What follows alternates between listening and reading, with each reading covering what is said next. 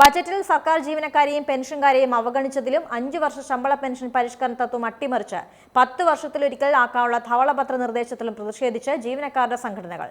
ഉത്തരവായ ക്ഷാമാശ്വാസ കുടിശ്ശിക അനുവദിക്കുക, പങ്കാളിത്ത പെൻഷൻ പദ്ധതി ഉപേക്ഷിക്കുക, മെഡിസെപ്പ് അപാകത പരിഹരിക്കുക തുടങ്ങിയതാണ് മറ്റാവശ്യങ്ങൾ.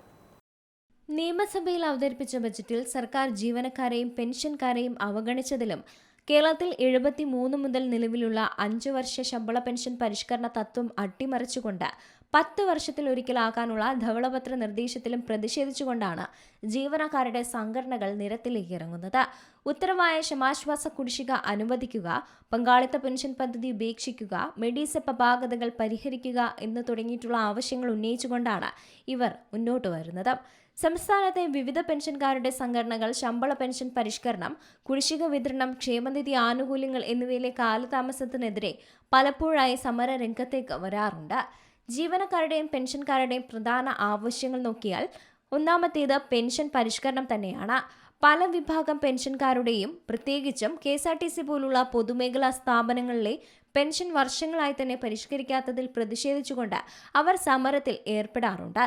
രണ്ടാമത്തേത് തീർച്ചയായും കുടിശ്ശിക വിതരണം തന്നെയാണ്. സർക്കാരിൽ നിന്നും ലഭിക്കാനുള്ള ക്ഷാമബത്ത അഥവാ DA, ശമ്പള പരിഷ്കരണ കുടിശ്ശികകൾ എന്നിവ കൃത്യസമയത്ത് ലഭിക്കാത്തത് സംഘടനകൾ പ്രധാന പ്രശ്നമായി ഉന്നയിക്കാറുള്ളതാണ്. ഇത്തവണത്തെ ബജറ്റിലും കൃത്യമായി DA നൽകുമെന്നുള്ളൊരു ഉറപ്പ് നൽകിയിട്ടുണ്ടെങ്കിലും അത് എത്രത്തോളം പ്രാബല്യത്തിൽ വരുമെന്നതാണ് അറിയാത്തത്.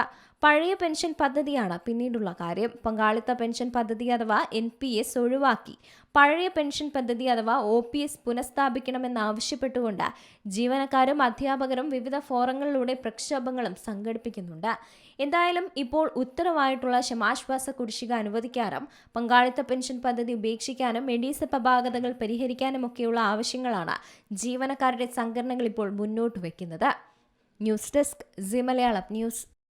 ഏറ്റവും പുതിയ വാർത്തകളും വിശേഷങ്ങളും വിരൽത്തുമ്പിലറിയാൻ സി മലയാളം ന്യൂസ് എല്ലാ ഡിജിറ്റൽ പ്ലാറ്റ്ഫോമുകളിലും ലഭ്യം.